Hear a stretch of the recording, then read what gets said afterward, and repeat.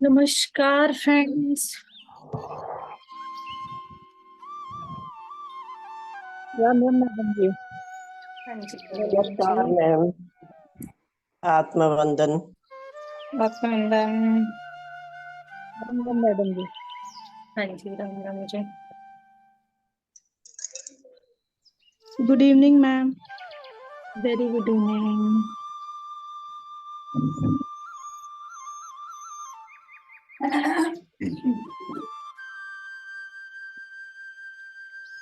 Ma'am आज तो मैं बहुत मिस कर रही हूँ आपने।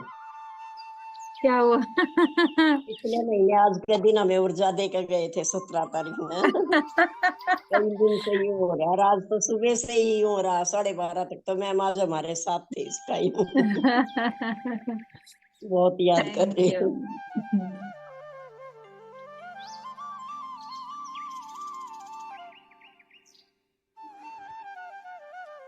यस, आज से संगीता मैम स्वाध्याय की पुस्तक शुरू कर रहे हैं।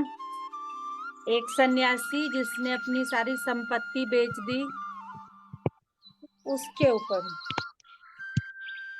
बुक का नाम फ्लायर बोल बोल के थक गई, बेटे ने बनाया नहीं। वो अभी बनाता हूँ बोल रहा है। आलस में आया हुआ है पूरा।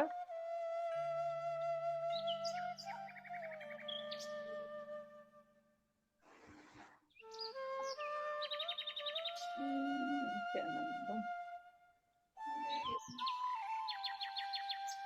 Monk who sold his Ferrari, सन्यासी जिसने अपनी संपत्ति बेच दी। बुक है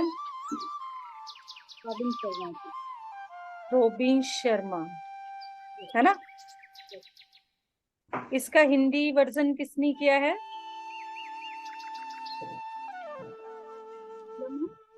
हिंदी वर्जन मेरे पास इंग्लिश और हिंदी दोनों में है। रोबिन शर्मा ही लिखा है, मेरे पास भी दोनों है, बट मैं पूछ रही थी हिंदी वर्जन किसने किया है। रोबिन शर्मा के द्वारा ही किया हुआ है जो मेरे पास है। और 3 मिलियन कॉपी वर्ल्ड में इसकी सेल हो चुकी हैं। 3 मिलियन, जिसमें कितने लोग ऐसे भी होते हैं जो पीडीएफ के थ्रू भी पढ़ लेते हैं, जो इंटरेस्टिंग होती हैं। कुछ लोग ऐसे होते हैं जिनके घरों में होती हैं ऑफिशियल फैसिलिटीज होती हैं, तो कॉपीज निकाल लेते हैं। तो 3 मिलियन तो ये सेल हो चुकी हैं, तो ऑब्वियस है कि कितनी मोस्ट मतलब लर्निंग बुक होगी स्पिरिचुअलिटी के लिए। तो हम इसको ध्यान से, इससे जो भी हमें मैसेज मिलना है। मैम एक बार प्लीज नेम रिपीट कीजिएगा बुक का। सन्यासी जिसने अपनी संपत्ति बेच दी, the monk who sold his Ferrari, okay okay by Robin Sharma. Okay ma'am. The monk who sold his Ferrari. Yes, Sangeeta ma'am start करें। मैम आवाज ठीक आ रही है? हाँ जी ठीक है, अभी तो ठीक है। म्यूजिक पीछे चलता रहे इतना हल्का हल्का, या बंद करें? चलने दो मैम। हाँ जी ठीक लग रहा है ना? हाँ, ठीक। यस मैम स्टार्ट करें। मैम सभी गुरुओं को, पितामह को, जी की दिव्य चेतना के साथ देखते हुए आज स्वाध्याय सीरीज में हमें बहुत सुंदर बुक के साथ देखने जा रहे हैं। और बुक है ये रोबिन शर्मा की है, सन्यासी जिसने बेच दी अपनी संपत्ति। मैम इसकी सबसे जो खूबसूरत जो स्टार्टिंग हुई है, उन्होंने सबसे पहले ही अपनी बुक को जिन जिन के द्वारा वो किया गया उनको सबको ग्रेटिट्यूड दिया है, जो कि नॉर्मली नहीं दिया जाता। और सबसे जो लास्ट में ग्रेटिट्यूड दिया उन्होंने अपने परिवार के सभी सदस्यों को। और उसका पहला चैप्टर आज हम शुरू कर रहे हैं, जागरण का आह्वान। और उससे पहले जॉर्ज बर्नार्ड शॉ का उन्होंने बहुत सुंदर कोट्स लिखा हुआ है यहाँ, जो मैं पढ़ना चाहूंगी। जिंदगी मेरे लिए मात्र एक मोमबत्ती नहीं, वह एक वैभवशाली टॉर्च है जिसे मैंने कुछ समय के लिए थाम रखा है, और मैं उसे नई पीढ़ी के शोधकर्ताओं से पहले जितना अधिक संभव हो सके इससे चारों ओर प्रकाश फैलाना चाहता हूँ। ये और आज इसके मैंने बाद अपना उन्होंने स्टेटस भी लगाया है, आप देख सकते हैं सभी। ये जो मैम क्योट कह रहे हैं, यही मेरा स्टेटस है आज। तो और अगर मैम देखिए है, तो ये स्पिरिचुअल एकदम मेन मैम हमने वो भी आपका होती है कि है? एक समझ में नहीं दीपक आया। से औरों के दीपक को जलाते चलो। आप अपना थोड़ा सा मैम माइक हमारा सेट जो करो संगीता, बीच बीच में ना वॉल्यूम जो है ना, कभी डाउन हो रही है कभी ठीक आ रही है। तो वो जो वॉल्यूम जो माइक है ना, यूं सेट करो ताकि वो एक ही पोजीशन पे रहे। एक तरफ से लेके इसको पूरा दूसरी तरफ ईयर पे कर दो। में ये नहीं लगाया अच्छा, हुआ है विदाउट मैम, इसके ताकि कर रहे आवाज हो? है क्लियर नहीं आए। आपके पास ईयरफोन? है मैम, ईयरफोन फिर अभी उसमें कई निकाला है? बार ये होता है ना साउंड। हाँ ओके बिल्कुल। ओके ओके, ठीक है ठीक है। मैम चैप्टर 1, जागरण का आह्वान। अदालत के खचाखच भरे एक कमरे के बीचों बीच वह अचानक गिर पड़ा। यह एक वकील के स्टार्टिंग में करना चाहूंगी, यह एक वकील के ऊपर बेस्ड सच्ची घटना है, और इसमें उस वकील के लिए बोला गया है ये। वह इस देश के सुप्रसिद्ध अभियोजन वकीलों में से एक था। वह एक ऐसा व्यक्ति था जो अपने सुगठित शरीर की शोभा बढ़ाने वाले 3,000 $3,000 के कीमती सूटों के लिए भी उतना ही विख्यात था जितना कि अपनी कानूनी जीतों की उल्लेखनीय श्रृंखला के लिए। मैंने जो कुछ भी अभी देखा था वह उसके आकस्मिक घात से संलग्न खड़ा रह गया। प्रतिष्ठित जूलियन मेटले बीमारी का शिकार हो गया और वह असहाय अबोध शिशु की तरह जमीन पर पड़ा तड़प रहा था, पागल की तरह कांप रहा था और साथ ही पसीने से लबालब था। इसमें उस वकील का मैम दिखाया हुआ है कि एक जो वकील था वो दलील देते हुए उस अटैक आया और वो फर्श पे गिरा पड़ा था और पसीने से लबालब था। आगे चलते हैं। उस क्षण ऐसा अनुभव हुआ मानो समय की गति धीमी हो गई हो। हे भगवान! जूलियन, जूलियन उस वकील का नाम है। जूलियन संकट में है। उनकी सहायक वकील भावुकता से चीखी। हम सबकी दृष्टि उसकी ओर गई और न्यायाधीश महिला भी दुखी दिखाई दी। उन्होंने तुरंत अपने निजी फोन कॉल पर जो उन्होंने अचानक स्थिति में उपयोग के लिए लगाया था, धीरे धीरे से कुछ कहा। जहां तक मेरा सवाल है, मैं तो हक्का बक्का स्तब्ध खड़ा रह गया। अरे अनुभवी मूर्ख, अभी मत मरो। अभी तुम्हारा मरना बहुत जल्दबाजी होगी। तुम्हें इस तरह मरना शोभा नहीं देता।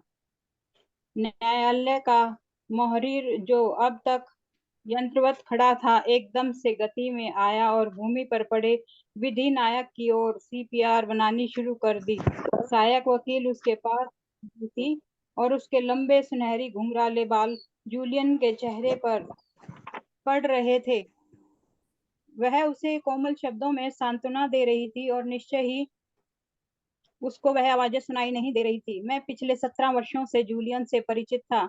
हमारी पहली मुलाकात तब हुई जब मैं कानून का युवा विद्यार्थी था और मुझे उसके किसी पार्टनर ने समर रिसर्च इंटर्न के रूप में रखा था।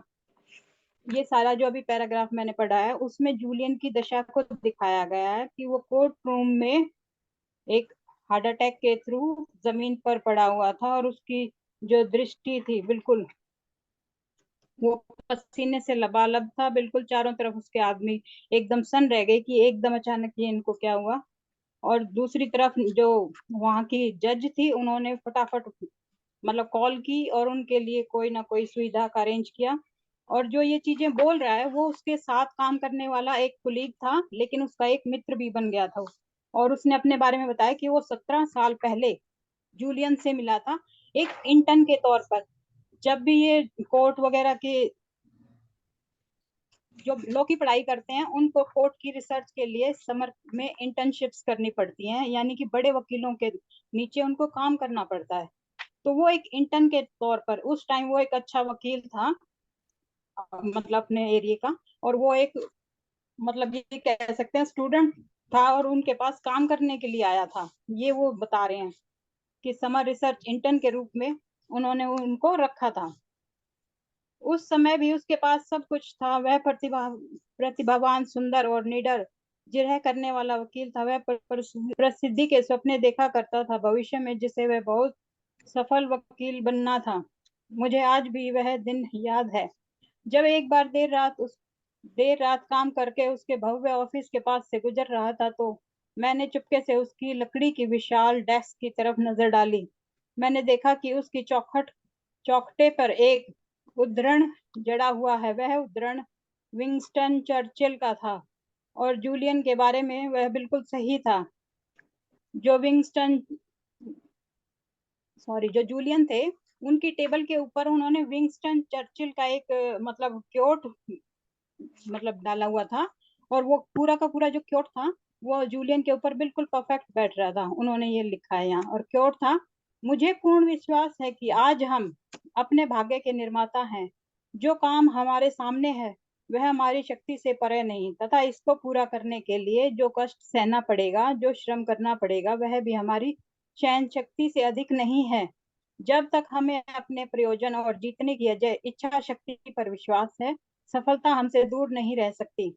ये पूरा क्योट था जो उनकी टेबल पे जड़ा हुआ था, एक शीट, जैसे हम नेम प्लेट लगाते हैं इस तरह की एक प्लेट के द्वारा।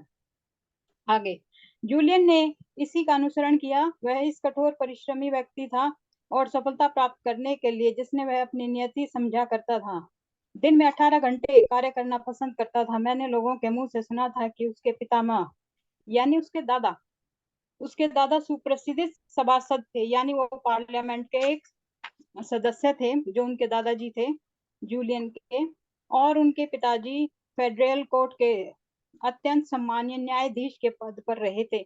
उनके जो फादर थे वो एक जज थे जिनकी काफी रेपुटेशन थी। यह स्पष्ट था कि वह धनी परिवार से था। उससे उसके परिवार को बड़ी आशाएं थी। एक बात तो मुझे स्वीकार करनी पड़ेगी कि उसने अपना जीवन स्वयं बनाया था। वह अपने तरीके से काम करना आदि पसंद करता था, दिखावा भी उसे पसंद था। न्यायालय में जूलियन के आक्रामक नाटकीय कथन सुर्खियों में रहा करते थे, और जब भी वो न्यायालय में अपनी जिरह किया करता था, जिस तरह की वकील करते हैं, उनके वो जिरह करने का तरीका लोगों को बड़ा पसंद आता था। इसमें ये बोला गया है। धनवान प्रतिष्ठित लोगों को जब किसी कुशल कानूनी विशेषज्ञ की सहायता की जरूरत पड़ती थी तो वे जूलियन के पास ही आते थे। उनकी भारी गतिविधियां भी विख्यात थी। नगर के सर्वश्रेष्ठ रेस्टोरेंट में युवा सेक्सी मॉडल के साथ साथ देर रात तक आना जाना, दलालों के साथ उद्दंड दल के साथ मन बहलाव के लिए अत्यधिक शराब पीना उनसे संबंधित और भी किंवदंतियों के आधार थे। और जिस तरह वो इस अलग महंगे महंगे रेस्टोरेंट, होटल्स वगैरह में जाना और वहां पर शराब वगैरह जो बाकी कार्रवाई होती है वो करते थे, वो चीजें उनके लिए फेमस थी। मुझे आज तक इस बात का पता नहीं चल सका कि उसने उस सनसनीखेज मर्डर केस में साथ काम करने के लिए जिस तरह उसको गर्मी में बहस करनी थी, मुझे ही क्यों चुना। अब उनका वो जो इंटर्न था, जो फ्रेंड बन चुका था, वो अपने लिए बोल रहा है कि उनको आज तक इस चीज का नहीं पता लगा कि उन्होंने उस जो उनका फाइनल केस था जो उन्होंने जीता था उसके लिए उसको क्यों चूज किया गया। यद्यपि मैंने हार्वर्ड लॉ स्कूल से एजुकेशन किया था जहां से उसने भी किया था, फिर भी मैं न तो फर्म का सबसे बुद्धिमान इंटर्न था और न ही मेरा जन्म उच्च कुल में हुआ था।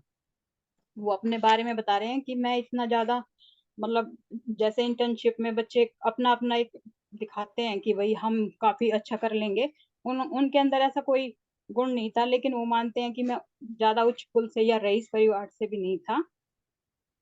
मेरे पिता, वो अपने पिता के लिए बोल रहे हैं, नौसेना से काम करके सारी उम्र एक बैंक में सिक्योरिटी गार्ड की नौकरी की थी। मेरी माँ साधारण परिवार में पली बड़ी थी। फिर भी जूलियन ने उन सब में से जो चुपचाप उसके साथ सहायक के रूप में काम करने का प्रयत्न कर रहे थे, मुझे उस केस में अपने सहयोगी के रूप में चुना, जो mother of the all murder trials के नाम से प्रसिद्ध हुआ। जो ये इनका लास्ट केस था, इसको mother of all murder trials के नाम से प्रसिद्धि मिली थी इस केस को बहुत ज्यादा। उसने कहा कि उसे मेरी ज्ञान प्राप्त करने की तीव्र उत्कंठा पसंद। निसंदेह वह जीत गए और वह प्रशासनिक अधिकारी IAS ऑफिसर था, जो उस पर अपना पत्नी को निर्मम हत्या का अभियोग था, और वह मुक्त हो गया था। उन्होंने जो वो लास्ट केस लड़ा था, वो एक IAS ऑफिसर का था, जिसके ऊपर उसी की पत्नी के मर्डर का क्लेम था, और वो उसको उन्होंने रिहा करा दिया था। उस ग्रीष्म ऋतु में मुझे काफी अच्छी शिक्षा मिली। यह एक सबक से अधिक था कि जहाँ किसी संदेह का अस्तित्व न हो, वहां तर्क संगत संदेह कैसे उत्पन्न किया जाए।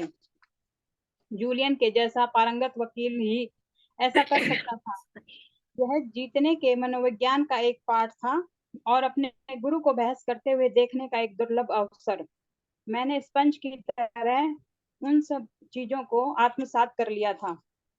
अब यहाँ वो बता रहे हैं कि जब वो केस वो लड़ रहे थे, तो उस दौरान उन्होंने उनकी जो दलीलें दी थी, जूलियन ने उन सब चीजों को, उनकी बात करने के तरीके को, सभी चीजों को अपने अंदर अडॉप्ट करने की कोशिश की थी, क्योंकि वो जूलियन को अपने गुरु के रूप में देखते थे। जूलियन के आमंत्रण पर मैं फॉर्म में एसोसिएट के रूप में रहा, और शीघ्र ही हम दोनों में गहरी मित्रता हो गई। मैं इस बात को स्वीकार करूंगा कि मैं उसके साथ वकालत करना आसान नहीं था। जूलियन के रूप में उनके साथ काम करने से निराशा का अनुभव होता था। अक्सर देर रात तक साथ काम करने वालों पर चीखना चिल्लाना। मतलब जब भी जो जूलियन था, वो 18 घंटे काम करता था, और काम करते हुए वो अपने काम को अपने तरीके से करवाता था, जिसकी वजह से उसको चीखना चिल्लाना पड़ता था, जो उसके साथ वर्कर काम करते थे किसी भी केस स्टडी पर। तो ये उसका रूटीन था, और इसीलिए उसके साथ काम करने के लिए ज्यादा बंदे रहते नहीं थे, वो भाग जाते थे छोड़ के। लेकिन एक यही ऐसा था जिसने कंटिन्यू उसके साथ काम किया। वास्तव में इस स्टोरी को भी वही यही लिख रहा है जिसने उसके साथ काम किया है। इस स्टोरी को पूरा लिखने वाला वही है, इसीलिए वो उसके बारे में इतने अच्छे से बता पा रहा है। वास्तव में यही उसका तरीका था। वह व्यक्ति कभी भी गलत नहीं हो सकता था, फिर भी उसके बदतमीज मुखौटे के पीछे एक ऐसा व्यक्ति था जो स्पष्टतया लोगों का ध्यान रखता था। वह जो सामने से जूलियन जितना बदतमीजी दिखाता था लोगों के प्रति, लेकिन वो साथ साथ उनकी केयर भी करता था, क्योंकि वो तीनों काम कर रहे थे। अत्यधिक व्यस्तता के बावजूद वह जैनी के बारे में अवश्य पूछता था। जैनी के साथ मेरा विवाह कानून की पढ़ाई से पहले ही हो गया था। जैनी, इनके ये जो फ्रेंड जो अपने बारे में बता रहे हैं, उनकी वाइफ थी, जिनके लिए वो डेली उससे मतलब पूछता था कि वो ठीक है या नहीं है, उस तरह का। तो इनको काफी उनका ये केयर स्वभाव बड़ा अजीब लगता था, कि एक तरफ तो वो डांटते रहते हैं, दूसरी तरफ वो केयरिंग भी। तो ये चीजें उनकी दिखाई हैं और बताई हैं उन्होंने। दूसरे समर इंटर्न्स में यह जानकर कि मेरी आर्थिक स्थिति ठीक नहीं है, जूलियन ने मेरे लिए अच्छी खासी राशि वजीफे की व्यवस्था कर दी थी। यह सत्य है कि वह अपने मित्रों के साथ कठोरता से पेश आता था। यह भी सत्य है कि उसको उच्छृंखल तरीके से समय बिताना पसंद था, लेकिन वह उसकी उपेक्षा कभी नहीं करता था। असली समस्या यह थी कि जूलियन को अत्यधिक काम करने का भूत सवार रहता था। जूलियन अपने फ्रेंड्स के साथ कठोर व्यवहार तो करता था मैम, लेकिन उनको एक अपने जो जीवन था उसको पूरी ओपननेस के साथ बिताना पसंद था, और उस पर हमेशा काम का एक सनक चढ़ी रहती थी कि भाई मेरे को ज्यादा से ज्यादा काम करना है, या और अच्छा हाई स्टेटस बनाना है अपना।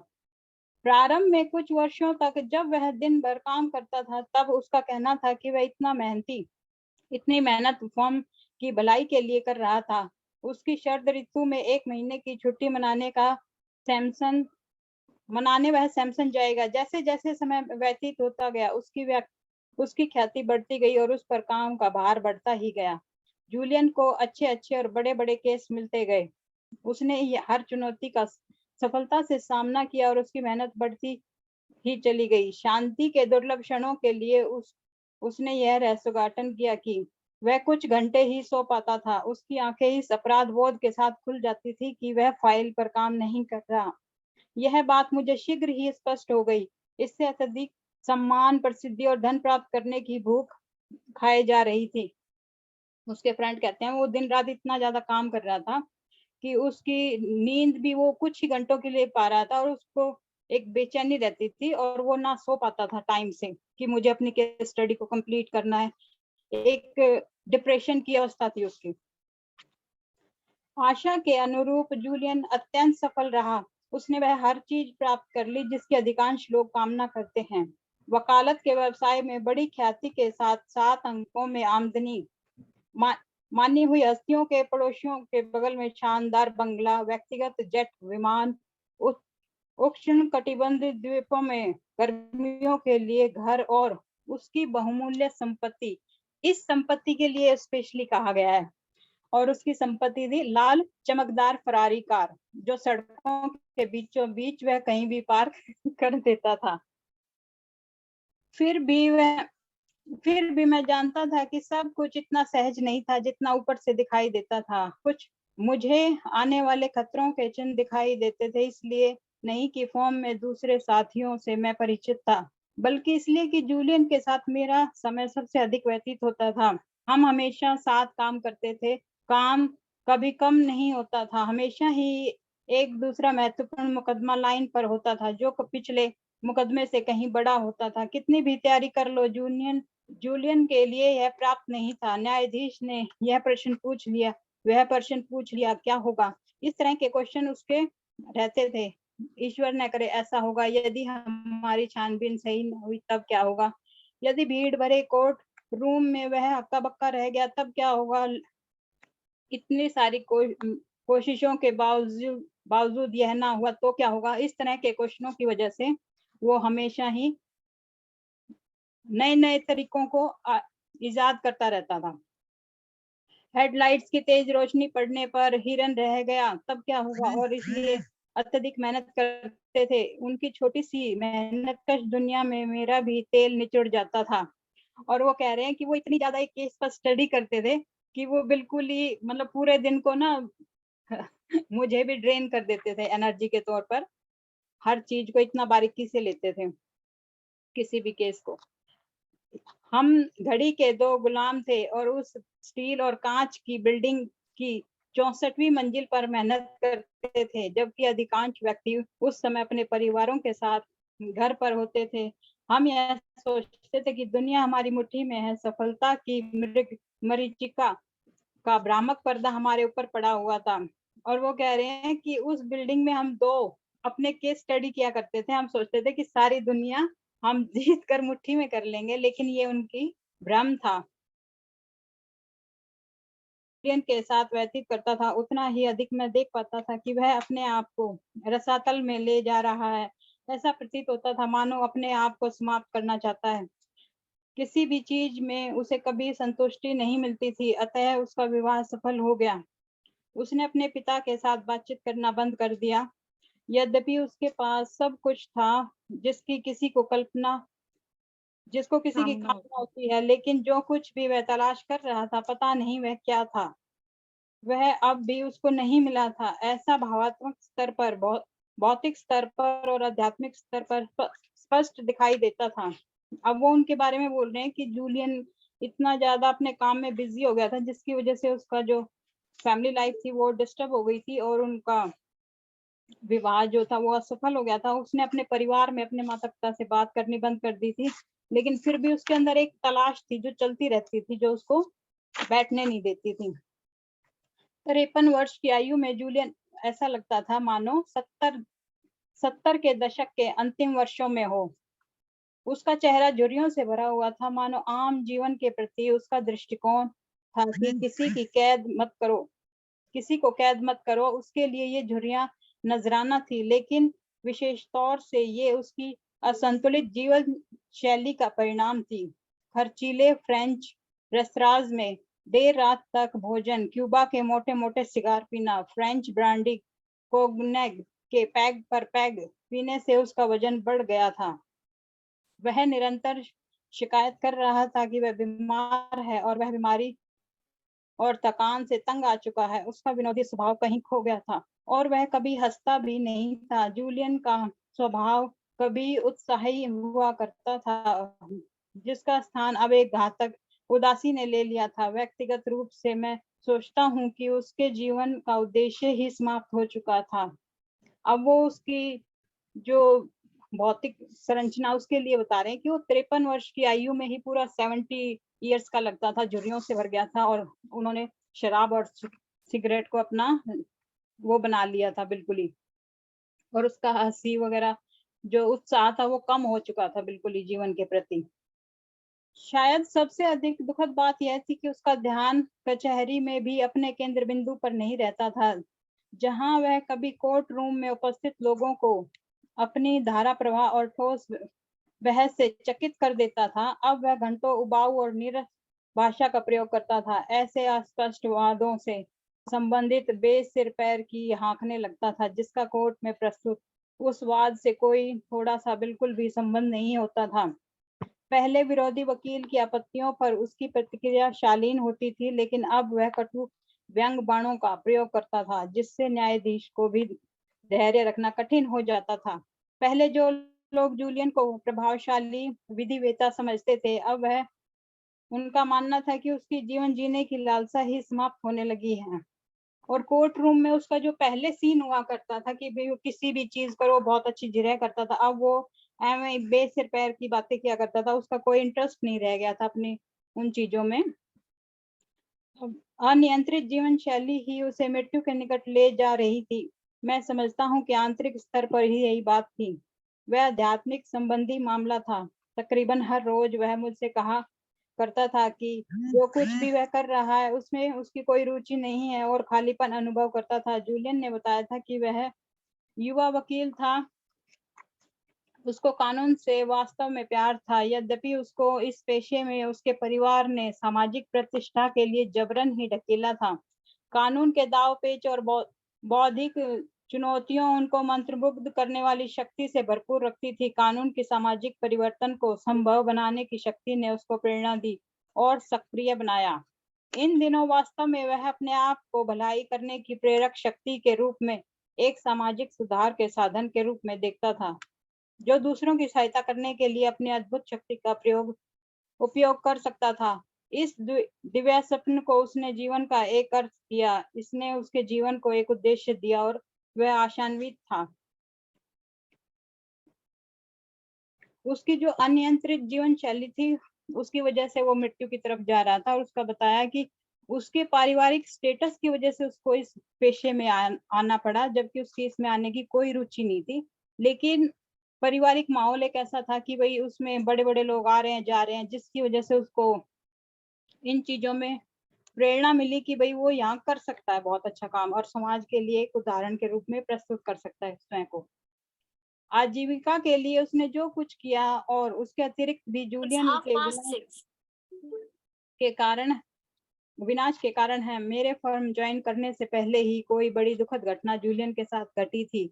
सीनियर पार्टनर्स के अनुसार वास्तव में कोई अकथनीय घटना उसके साथ घट गई थी, लेकिन किसी ने भी इस बाबत मुझे नहीं बताया था। जहां तक वृद्ध बदनाम मुंहफट मैनेजिंग पार्टनर हार्डिंग, जो अपना समय अपने विशाल ऑफिस में व्यतीत करने की अपेक्षा रिट्ज कार्लटन की बार में अधिक खर्च करता था, ने भी मुझे कुछ नहीं बताया। उसका कहना था कि उसने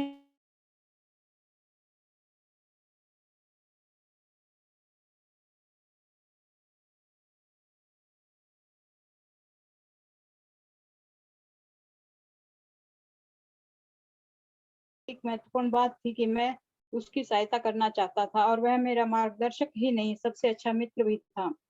अब उसके बारे में बता रहे हैं कि उन्होंने जब ज्वाइन किया था उससे पहले उनके साथ कोई दुखद घटना घटी थी, जिसके बारे में उनको पूरी जानकारी बिल्कुल नहीं थी और ना ही किसी ने उनको इस तरह की जानकारी अवेलेबल कराई। जो उनका पार्टनर था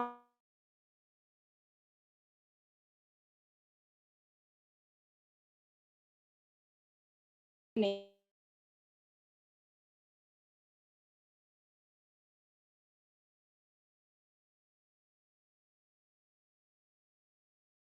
उस घटना के बारे में उनका मुंह बंद रखने की उन्हें कसम खिलाई गई थी, इसलिए किसी ने उन्हें कुछ नहीं बताया था।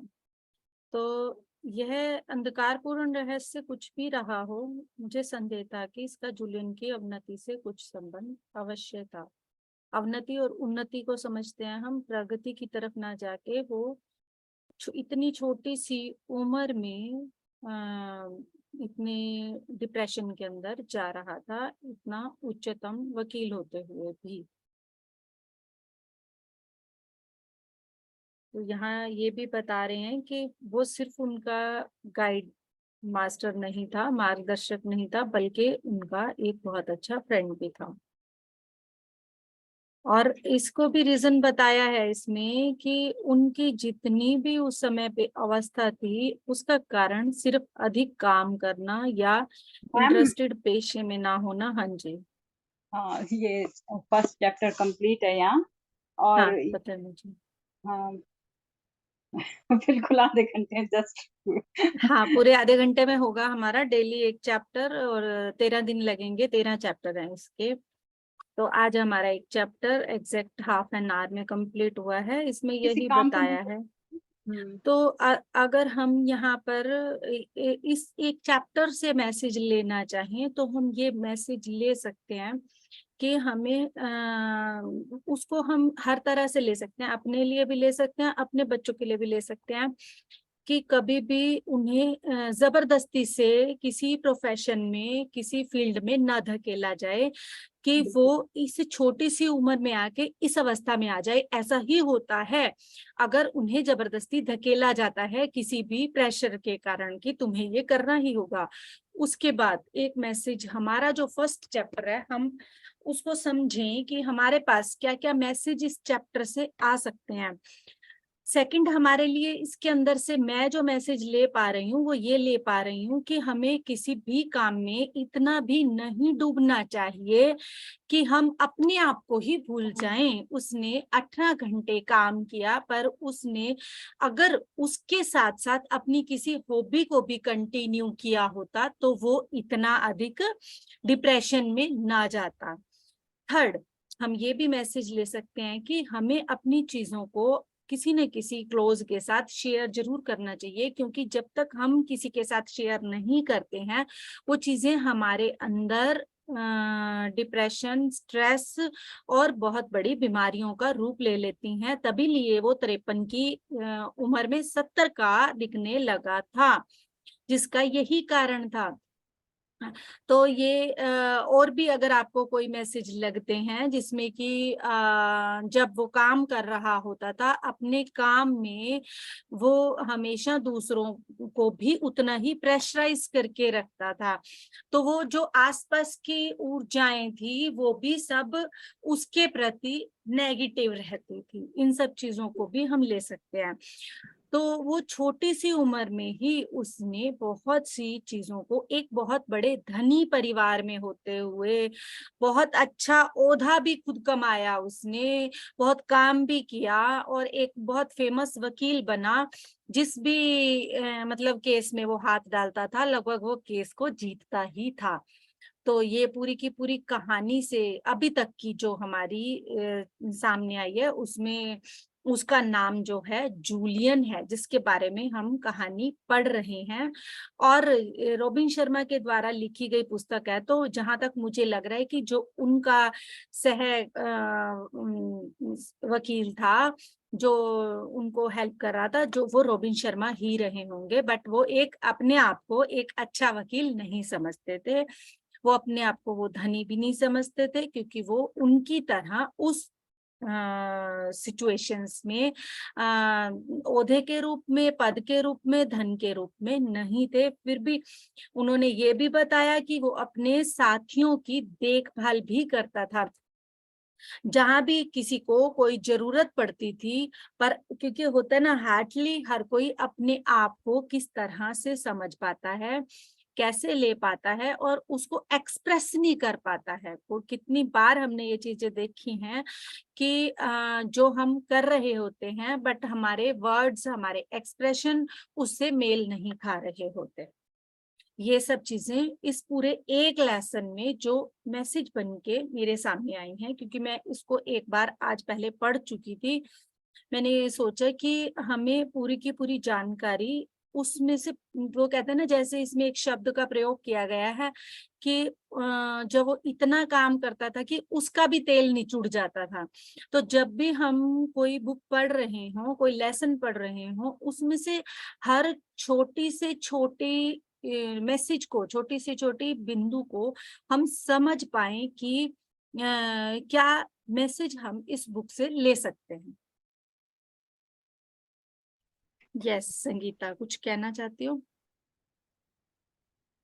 मैम इस स्टोरी से ना सबसे बड़ी जो चीज मेरे को समझ आई थी उस टाइम पे जब मैंने इसको पढ़ा था लास्ट ईयर, तो मुझे लगता था एक तो जो माँ बच्चे के ऊपर प्रेशर डालते हैं ना कि भाई मैं जज हूँ या मैं लॉयर हूँ तो तुम भी उसी पर, एक पीछे वो बैकअप तैयार हो जाता है बच्चे के लिए कि भाई वो चीजें तेरे लिए तैयार है, बस तुम कर लो, चाहे बच्चे का उसमें मन हो या ना हो।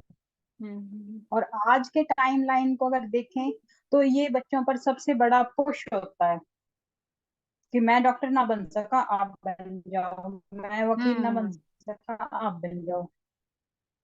और उसकी मतलब कि खुद की जो रुचियां होती है ना वो कहीं ना कहीं अंदर घुट जाती हैं, दब जाती हैं, और जिसकी वजह से वो उस चीज को अचीव तो कर लेता है लेकिन कहीं ना कहीं उसके मन में ये रहता है कि इसकी वजह में कुछ और अच्छा कर सकता था।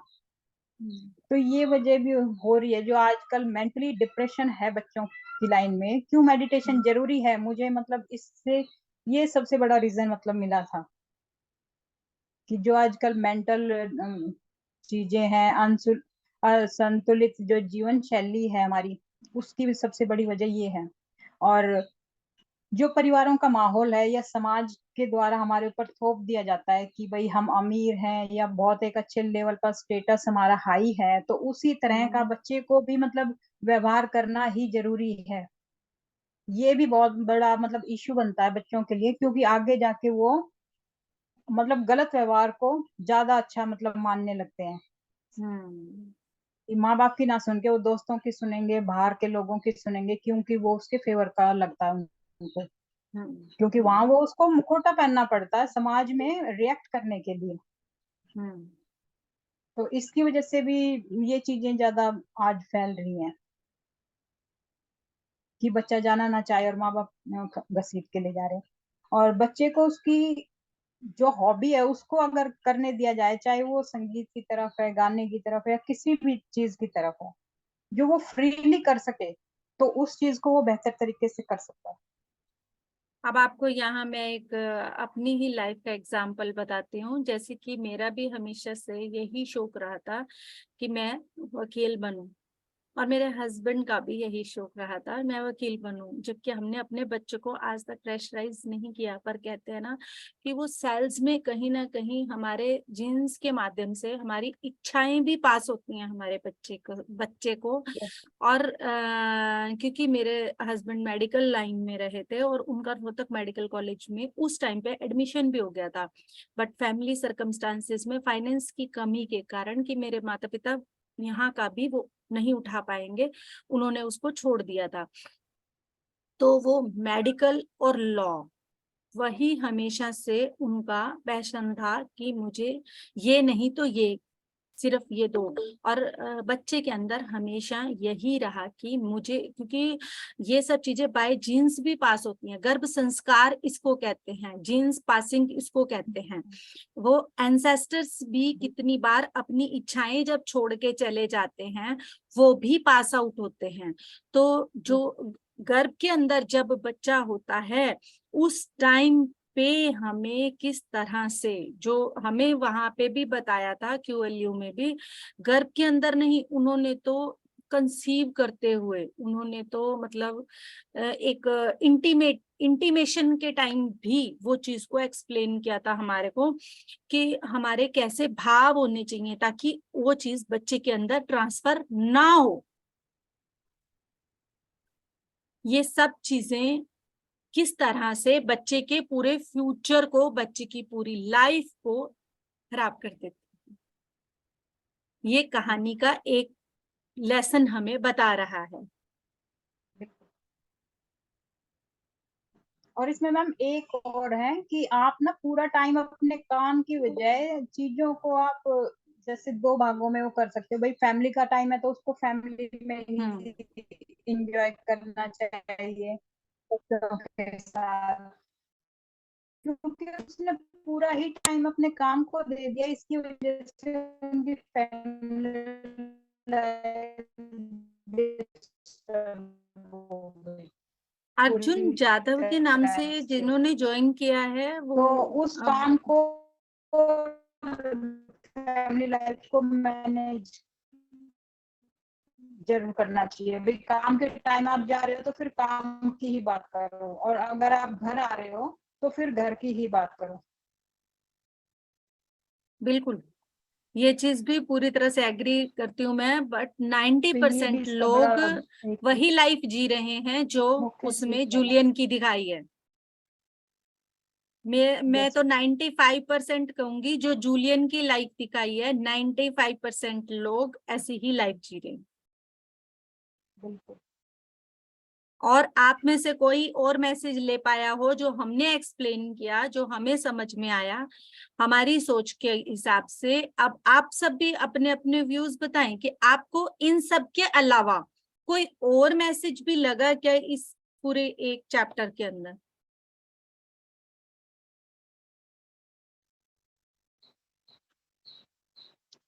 प्लीज पार्टिसिपेट करें।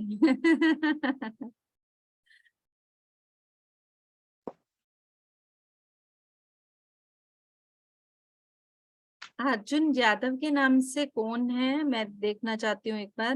न्यू पार्टिसिपेंट है और ओल्ड है। अर्जुन यादव, इनका अभी भी ऑडियो कनेक्ट नहीं है।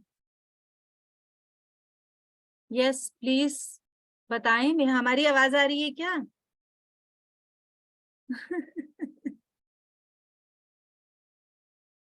हेलो, मैंने म्यूट तो नहीं कर दिया सबको? नहीं आ रही है, आ रही है। तो आप सब भी बताएं कि आपके अकॉर्डिंग कोई और मैसेज किसी को लग रहा हो, ताकि कुछ भी मिस ना हो। मैं ये चाहती हूँ कुछ भी मिस ना हो।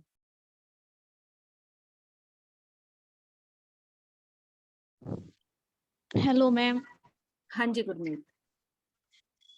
वैसे इस चैप्टर में तो आपने बता दिया है, बहुत अच्छे से बताया है, लेकिन जो मेरा एक मतलब कि इस चैप्टर से भी कोरिलेट कर रहा है, और कि पेरेंट्स को ना अपने बच्चों को टाइम जरूर देना चाहिए। मतलब कि यस पेरेंट्स अपनी लाइफ में इतने अपने आप को बिजी रखते हैं कि आजकल जैसे बच्चों को ट्यूशन भेज देंगे और चलो जी खत्म हो गई कहानी, ट्यूशन वाली देखेगी क्या करवाना है, यानी पैसा फेंकते हैं, पैसा देके और हर काम करवा लो। तो इससे क्या होता है कि बच्चा ना एक मतलब कि जो उसको प्यार चाहिए या कुछ भी आप मतलब कि अपनी इमोशंस एक्सप्रेस बिल्कुल। नहीं कर पाता अपनी फीलिंग, तो वो बाहर ढूंढता है इस चीज को, क्योंकि उसको घर में नहीं मिल रही है। पेरेंट्स उसको टाइम, यही सब रीजन होते हैं कि वो बड़े होते, जब तक वो बड़ा होता है, टीन एज में आता है, तो फिर वो मतलब कि एक लोनलीनेस फील करता है, तो फिर वो गलत साइड में जाता है। सारा शुरुआत यहीं से होती है कि बिल्कुल पेरेंट्स टाइम नहीं देते अपने बच्चों को। एग्जैक्टली एग्जैक्टली एग्जैक्टली, तो आई वही जो एग्री मैं विद वही यू। कह रही हूँ कि जो मुझे लग रहा है कि शुरुआत कहाँ से होती है, शुरुआत यहाँ से होती है जब बच्चा छोटा होता है।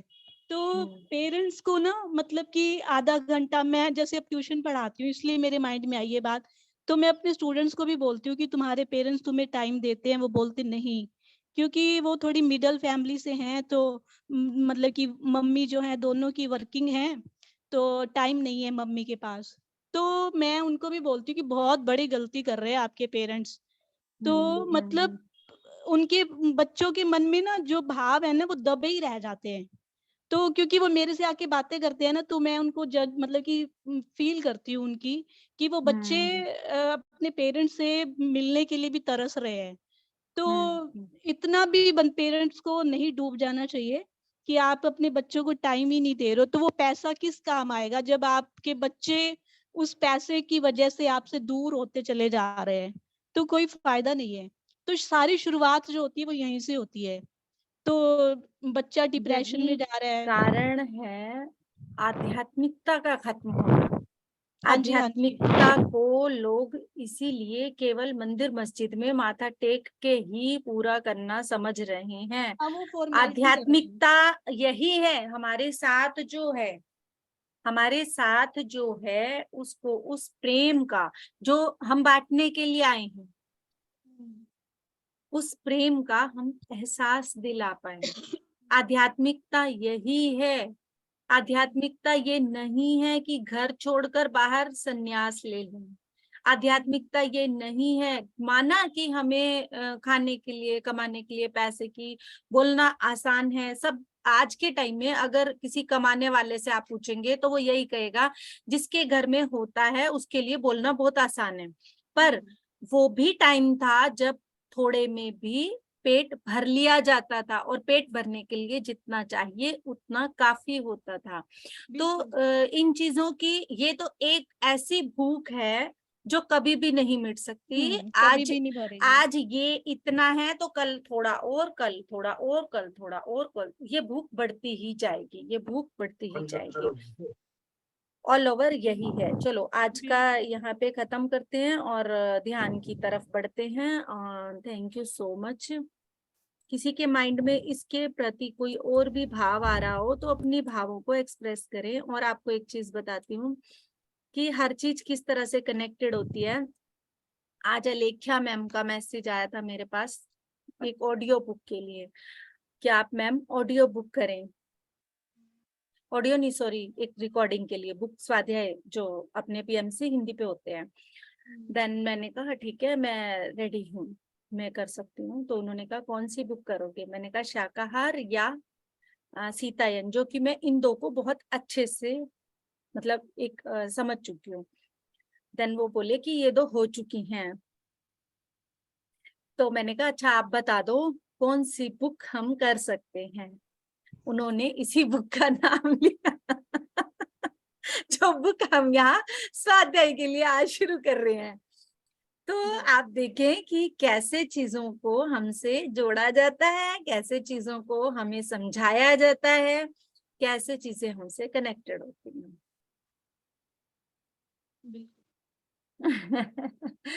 तो मुझे बहुत हंसी आई उस टाइम पे कि देखो आज यहाँ शुरू होनी है और उन्होंने यही बुक दी मुझे। तो ध्यान में सभी बैठ जाएं।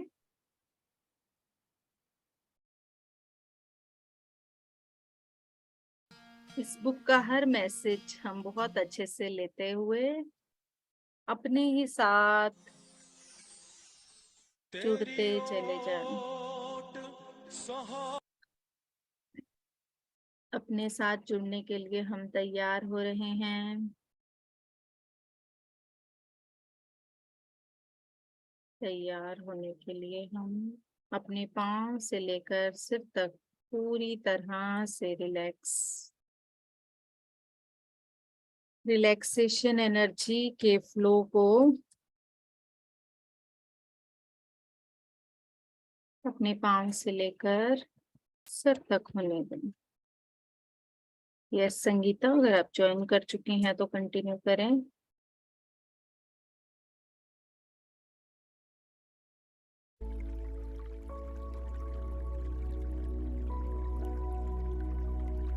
यस मैम बीच क्या कह रही हो?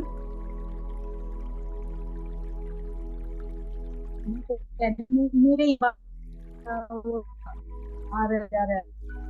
नेटवर्क कोई बात, मैं करती हूँ कंटिन्यू।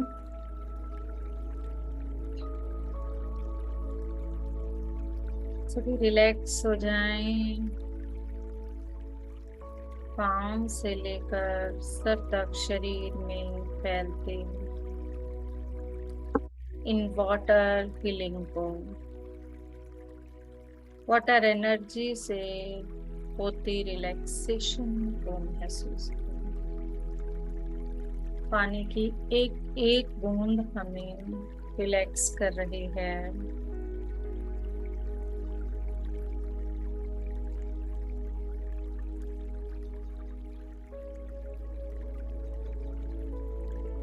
ये प्रकृति का संगीत हमें शांति की ओर लेकर जा रहा है।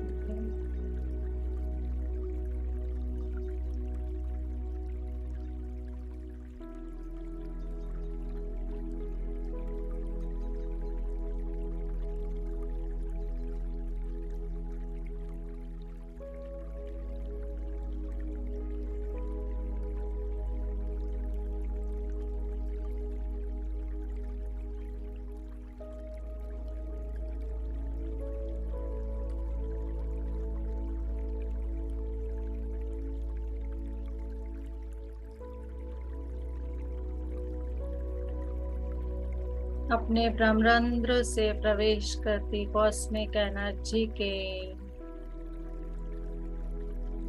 बहाव को अपने अंदर महसूस करेंगे, जो हमें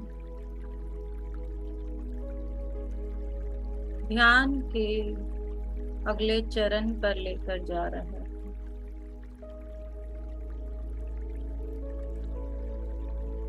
हर नकारात्मकता से दूर,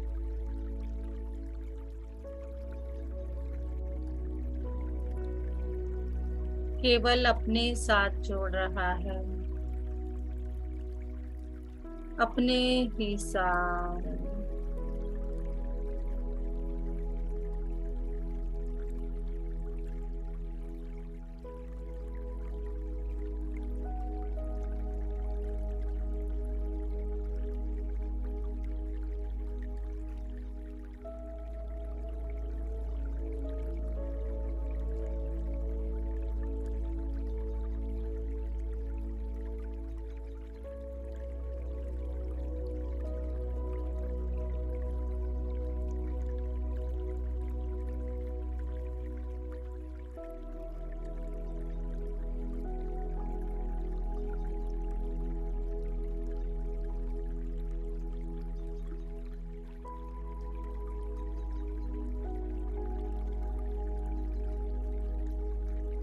स्वाध्याय के ज्ञान की जो गंगा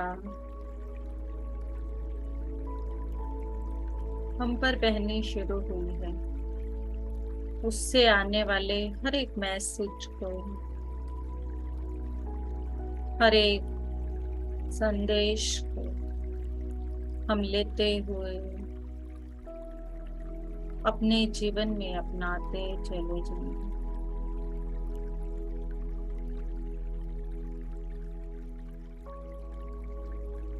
ज्ञान का आना मुश्किल नहीं है,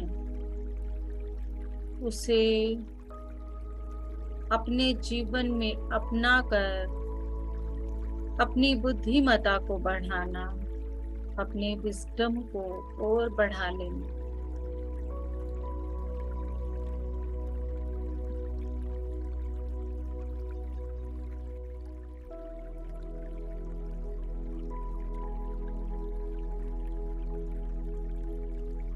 ये प्रकृति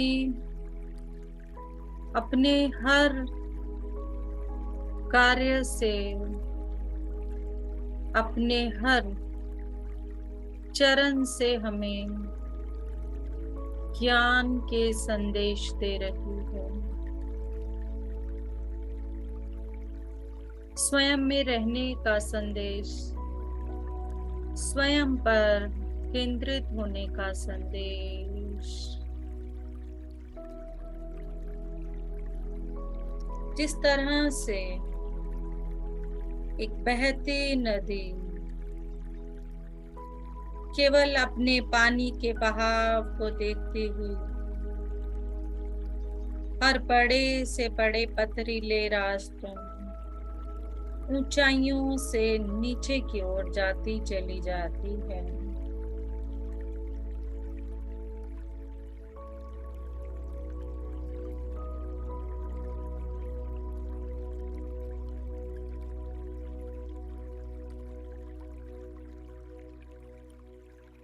कोई रुकावट उसे नहीं रोक सकती, बड़े से बड़ा पर्वत उसे नहीं रोक सकता। वो नीचे का स्थान स्वयं ही ढूंढ लेता है पानी का बहाव, और वहीं से बहता बहता बहता अपना रास्ता बना लेता।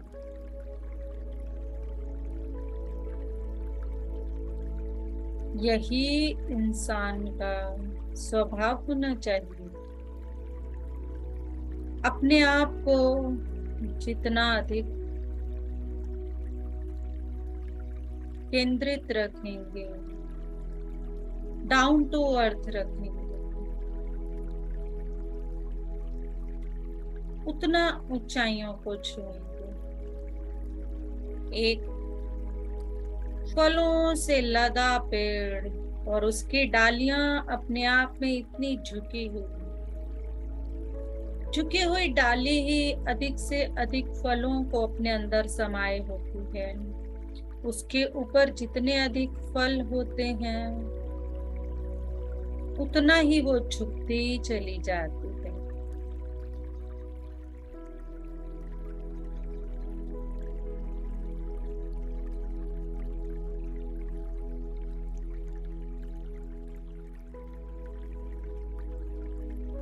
अपनी हर नेगेटिविटी को रास्ता बनाकर अपने अंदर के ज्ञान को बढ़ाते चले जाए। रास्ते में आते हर बैरियर को एक पुल की तरह ऊपर चढ़ने के लिए इस्तेमाल करते चले जाए, ना कि उसे एक बहुत बड़े पहाड़ की तरह आगे रोकने का एक बहुत बड़ा दीवार बनाना।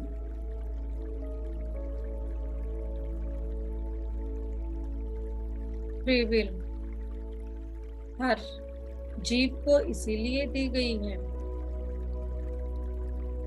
कितना नॉलेज को विजडम के रूप में हम ग्रहण कर रहे हैं।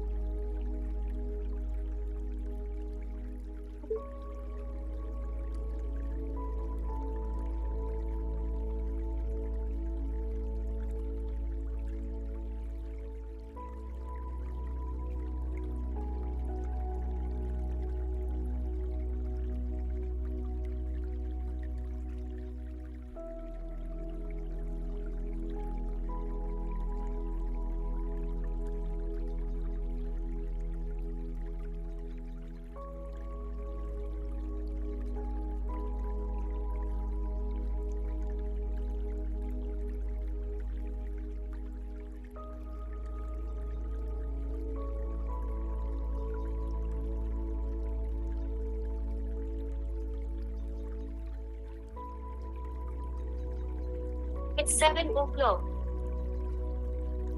7 p.m.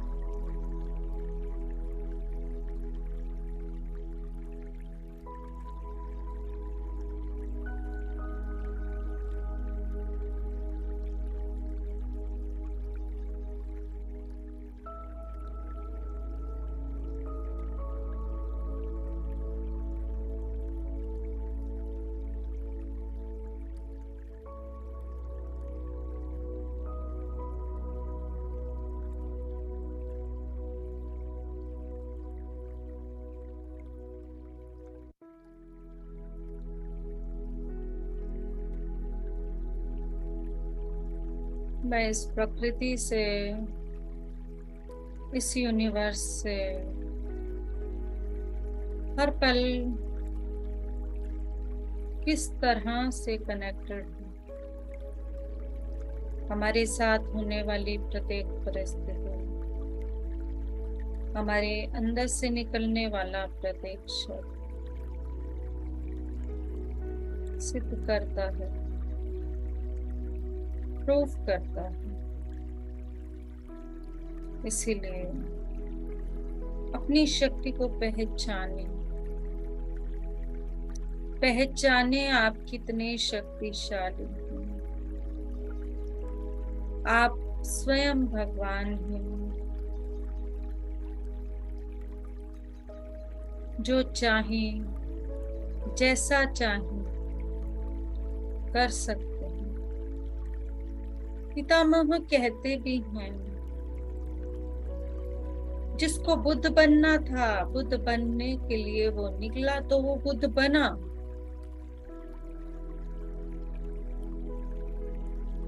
जिसको कबीर बनना था वो कबीर बना। जिसको मीरा बनना था वो मीरा बनी। जिसको संगीतज्ञ बनना था वो संगीतज्ञ बना। जिसको नर्तक बनना था वो नर्तक बना। और जिसको आतंकवादी बनना था वो आतंकवादी बना। Choice is yours. You are so powerful. Recognize your power.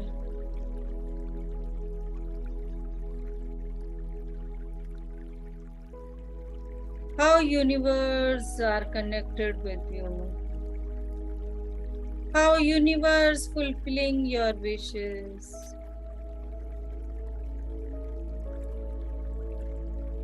How universe loves you. तथास्तु करने का कार्य है इस यूनिवर्स का। वो हर बात में कह रही है तथास्तु।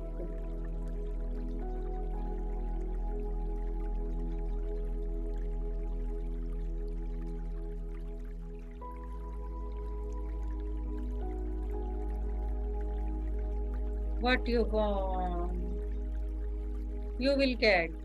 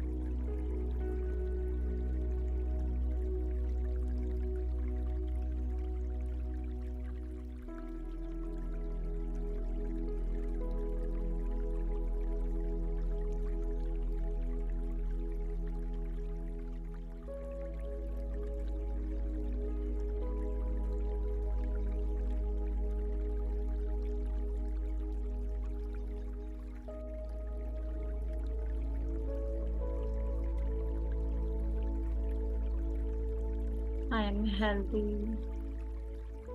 I love myself. I accept myself as I am.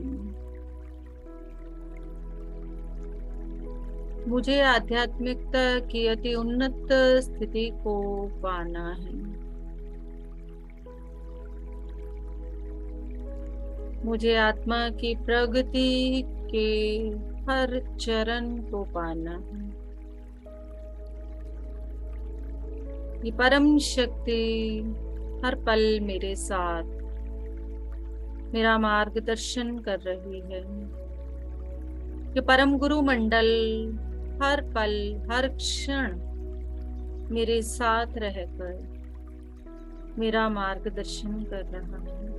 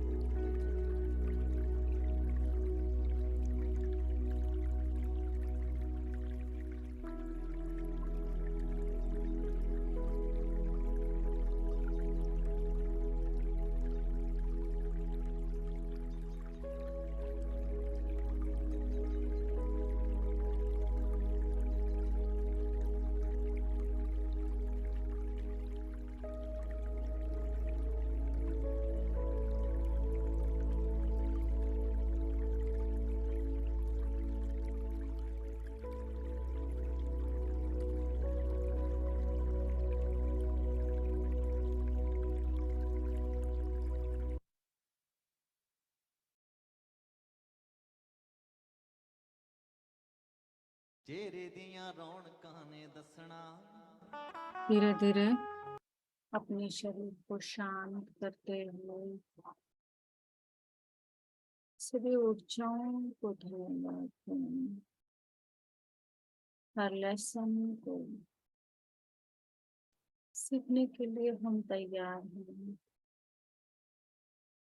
सभी देवी देवताओं के ऊर्जाओं को,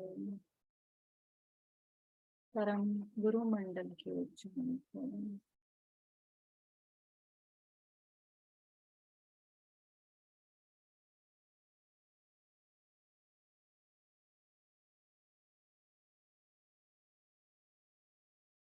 सब कुछ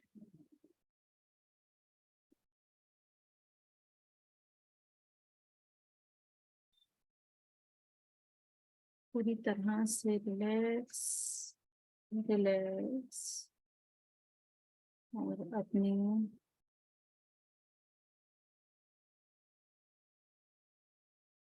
आप में वापस आ जाएं। अपने हाथों पैरों को हिलाएं।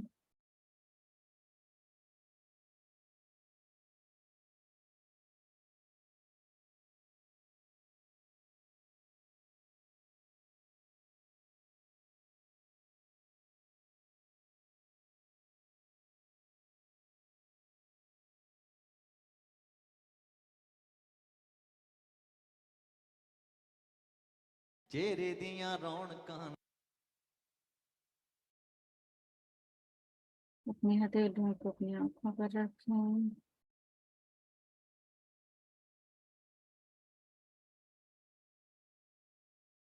Let's welcome him.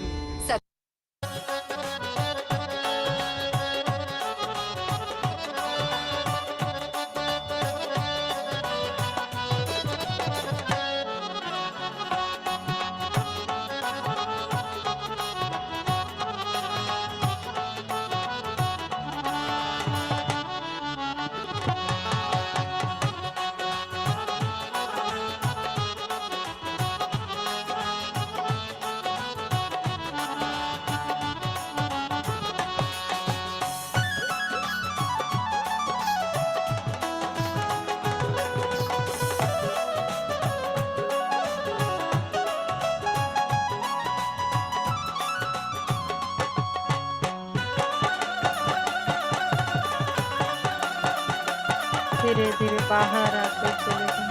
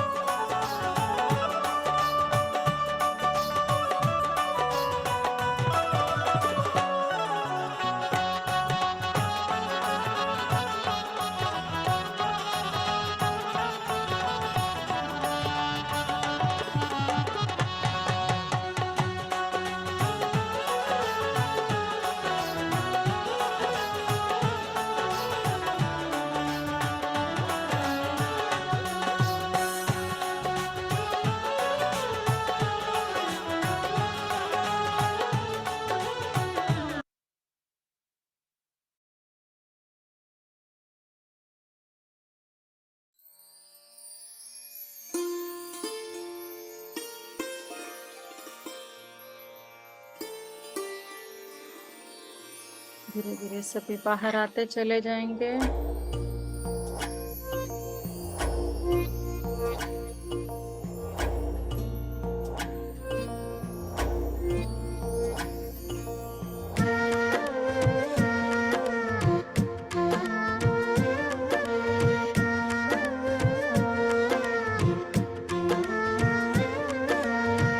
बंदे दे हत्थां वर्गा बंदे दे हत्थां वर्गा कोई औजार नहीं बनया। इन्ना कुछ बन गया लेकिन कुदरत तो पार नहीं बनया। बंदे दे हत्थां वर्गा कोई औजार नहीं बनया। इन्ना कुछ बन गया लेकिन कुदरत तो पार नहीं बनया। बंदे दे हत्थां वर्गा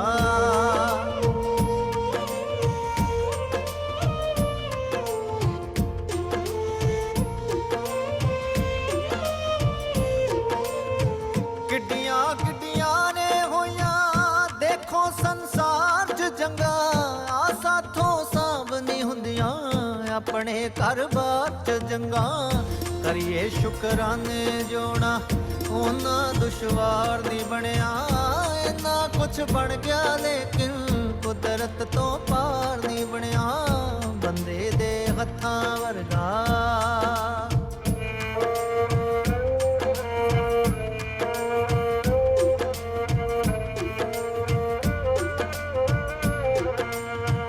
ਬਾਕੀ ਤਾਂ ਵਜ਼ਨ ਤਰੀਕੇ ਲਾ ਲਾ ਕੇ ਚੱਕ ਲਈ ਦੇ ਜਾਂ ਉਸ ਨੂੰ ਲਾ ਕੇ ਪਈਏ ਹਲਕੇ ਕਰ ਹੱਕ ਲਈ ਦੇ ਪਰ ਦਿਲ ਦੇ ਬੋਝ ਤੋਂ ਭਾਰਾ ਅੱਜ ਤੀਕਰ ਭਾਰ ਨਹੀਂ ਬਣਿਆ ਇੰਨਾ ਕੁਛ ਬਣ ਗਿਆ ਲੇਕਿਨ ਕੁਦਰਤ ਤੋਂ ਪਾਰ ਨਹੀਂ ਬਣਿਆ ਬੰਦੇ ਦੇ ਹੱਥਾਂ ਵਰਗਾ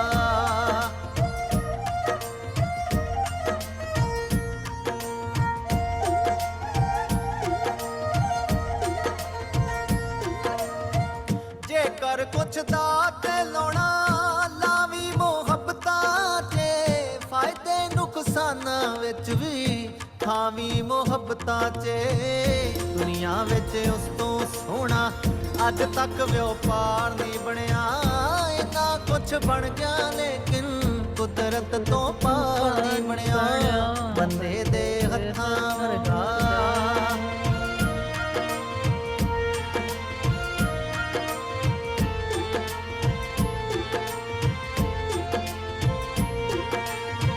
ਲਫ਼ਜ਼ਾਂ ਦੀ ਰਾਖ ਦੇ ਵਿੱਚੋਂ ਯੁੱਗ ਪੈਂਦੇ ਖਿਆਲ ਸਦਾ ਰੂਹਾਂ ਨੂੰ ਨੱਚਣ ਦੇ ਲਈ ਲੱਭ ਜਾਂਦੀ ਤਾਲ ਸਦਾ ਜਜ਼ਬੇ ਨੂੰ ਮਾਰਨ ਵਾਲਾ ਕੋਈ ਹਥਿਆਰ ਨਹੀਂ ਬਣਿਆ ਇੰਨਾ ਕੁਛ ਬਣ ਗਿਆ ਲੇਕਿਨ ਕੁਦਰਤ ਤੋਂ ਪਾਰ ਨਹੀਂ ਬਣਿਆ ਬੰਦੇ ਦੇ ਹੱਥਾਂ ਵਰਗਾ ਕੋਈ ਔਜ਼ਾਰ ਨਹੀਂ ਬਣਿਆ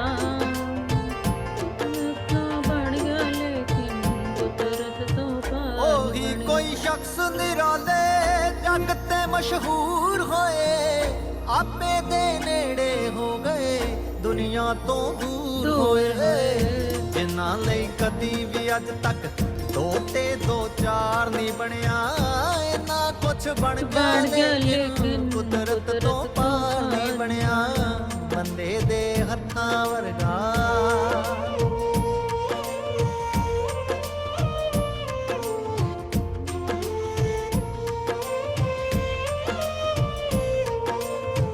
ਬਣ ਗਏ ਰਾਜੇ ਮਹਾਰਾਜੇ ਬਣ ਗਏ ਨਵਾਬ ਕਈ ਬਣ ਗਏ ਕਈ ਸ਼ਖਸ ਸ਼ਹਿਨਸ਼ਾਹ ਬਣ ਗਏ ਨੇ ਸਾਬ ਕਈ ਪਰ ਕੋਈ ਰਣਜੀਤ ਸਿੰਘ ਦੇ ਵਾਂਗੂ ਸਰਕਾਰ ਨਹੀਂ ਬਣਿਆ ਇੰਨਾ ਕੁਛ ਬਣ ਗਿਆ ਲੇਕਿਨ ਕੁਦਰਤ ਤੋਂ ਪਾਰ ਨਹੀਂ ਬਣਿਆ ਬੰਦੇ ਦੇ ਹੱਥਾਂ ਵਰਗਾ ਕੋਈ ਔਜ਼ਾਰ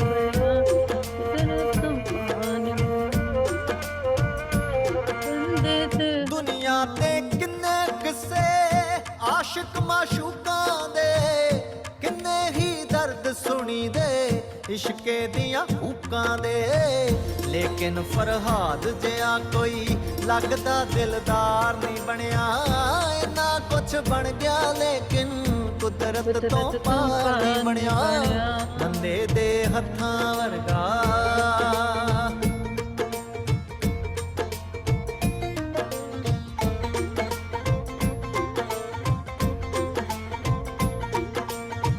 ਗੱਲ ਕਰ ਗਏ ਖਰੀ ਸਿਆਣੇ ਧਾਗੇ ਨਹੀਂ ਤੋੜੀ ਦੇ ਆਪਣੇ ਤਾਂ ਆਪਣੇ ਹੀ ਹੁੰਦੇ ਦੁੱਖ ਸੁੱਖ ਵਿੱਚ ਲੋੜੀ ਦੇ ਪੈ ਗਈਆਂ ਗੰਢਾਂ ਜਿੱਥੇ ਉੱਥੇ ਮੁੜ ਪਿਆਰ ਨਹੀਂ ਬਣਿਆ ਇੰਨਾ ਕੁਛ ਬਣ ਗਿਆ ਲੇਕਿਨ ਕੁਦਰਤ ਤੋਂ ਪਾਰ ਨਹੀਂ ਬਣਿਆ ਬੰਦੇ ਦੇ ਹੱਥਾਂ ਵਰਗਾ ਕੋਈ ਔਜ਼ਾਰ ਨਹੀਂ ਬਣਿਆ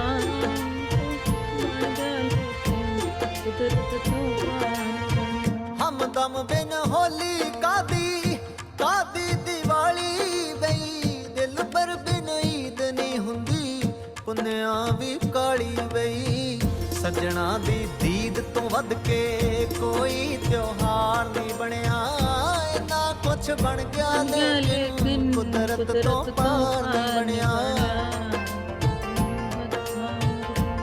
ਕੋਈ सकिया नी बनया बंदे बन गया लेकिन कुदरत तो पार नी बनया। तख्तां ते बैठ बादशाह कर गए जो हो सकिया, लेकिन कोई विरला ही सी जो अंबरां नूं छो सकिया।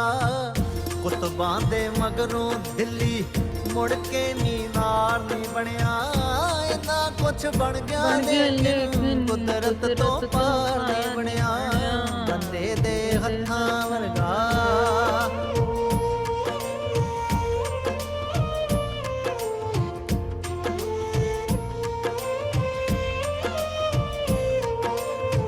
बजवाड़ा बैजू बावरे दा नेड़े बजरावल तो तू भी कुछ सिख लेंदा ओए ऐसे बख्तावर तो।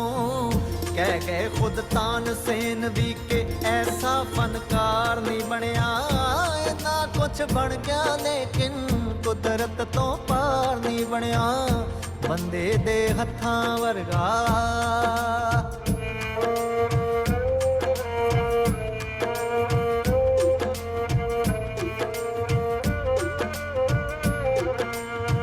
लगदा के उलझ गए आ मुड़ सोच विचार लइए। सरबत दा भला सतिंदरा कह के ही ना सार लइए। गुरुआं जो चाया साथों वैसा संसार नहीं बनया, इन्ना कुछ बन गया लेकिन कुदरत तो पार नहीं बनया।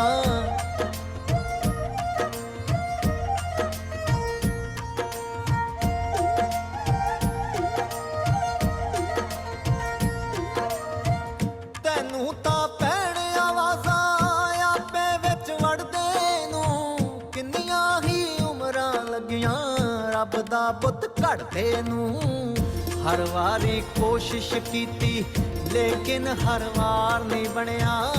इन्ना कुछ बन गया लेकिन कुदरत तो पार नहीं बनया। बंदे दे हत्थां वर्गा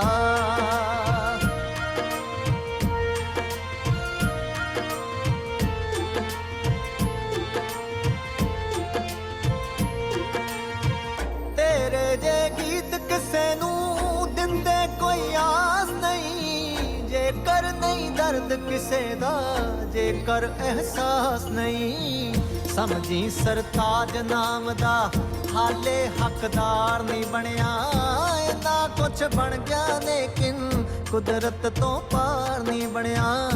बंदे दे हत्थां वर्गा कोई औजार नहीं बनया, इन्ना कुछ बन गया लेकिन कुदरत तो पार नहीं बनया। बंदे दे हत्थां वर्गा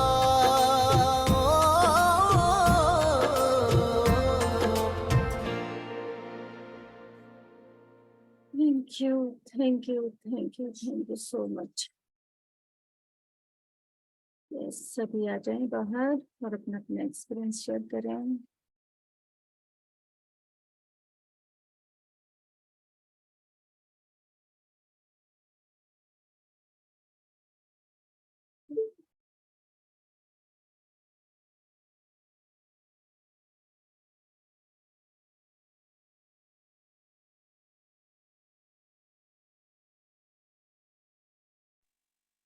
आ जाओ भाई, और कितना टाइम लाना इतने पैना है क्या?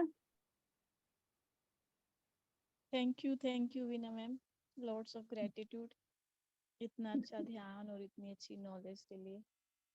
बहुत बहुत बहुत बढ़िया बुक रीडिंग अच्छी है।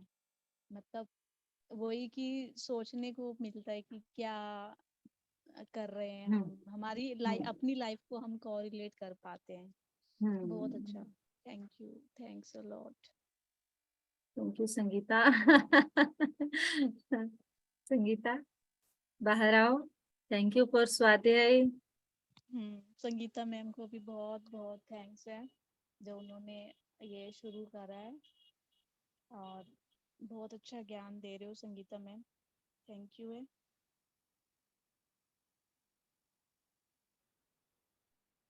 यस, थैंक यू आत्मवंदन मैम।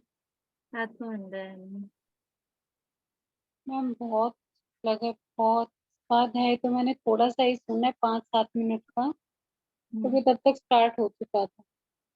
तो मेरे को पता ही नहीं लगा कब ये पूरा भी कर दिया आपने मेडिटेशन, कब शुरू हुआ कब खत्म हुआ नहीं पता। बहुत अच्छा लगा, thank you thank you thank you so much ma'am. Thank you. आज से वीडियो अपलोड Yes, ma'am. करूंगी मैं, क्योंकि स्वाध्याय स्टार्ट हुआ है, तो जो ये स्वाध्याय है, स्वाध्याय की सब वीडियोस अपलोड होंगी। तो आज से वीडियोस अपलोड होनी यूट्यूब पे शुरू हो जाएंगी। इससे पहले कोई वीडियो अपलोड नहीं की है मैंने, क्योंकि कोई इतना सब्सक्राइबर वगैरह बढ़ नहीं रहा था, तो मुझे लगा कि एक बार ब्रेक देती हूँ, कुछ नया लाने की कोशिश करती हूँ। कुछ समझ नहीं आ रहा अभी। तो बुक का हाँ जी, नाम क्या है?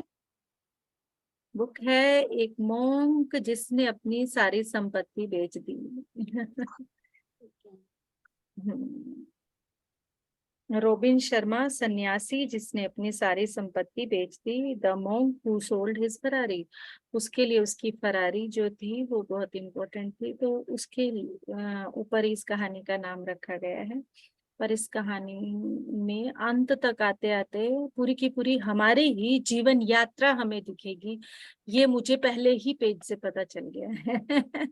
मैंने अभी तक पढ़ी नहीं है, पर मुझे पहले ही लेसन से ये पता चल गया है कि हम अपने जीवन की यात्रा का हर क्षण इससे कोरिलेट कर पाएंगे। इज इट संगीता और नॉट? यस यस मैम, आगे आगे पूरी आध्यात्मिकता शुरू हो जाएगी जो कर रहे हैं। वही मैं कह रही हूँ ना, हम कोरिलेट कर पाते हैं, क्योंकि जब बंदा अकेलापन महसूस करता है ना, जूलियन भी इसी तरह, इसलिए उसने मसरूफ किया अपने आप को काम में, क्योंकि वो अकेलापन महसूस कर रहा था कहीं ना कहीं। तो जब आप अकेलापन महसूस करते हो, जहाँ तो आप गलत संगत में जाओगे, जहाँ आध्यात्मिकता में जाओगे, दो ही रास्ते होते हैं। यही होगा, बड़ा ये अच्छा वो किधर वकील जाएगा? होता है।